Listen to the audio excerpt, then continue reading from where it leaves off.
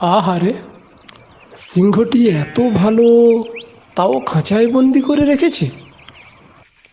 না না, এটা ঠিক না।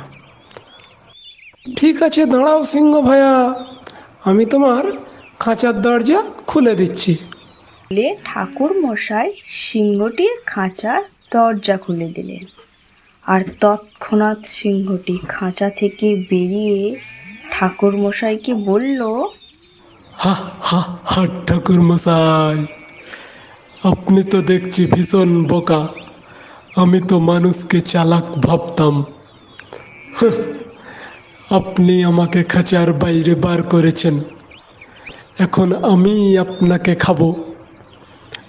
আহা, কতদিন মানুষের মাংস খাইনি। আপনাকে দেখে আর লোভ সামলাতে পারছি না, তাই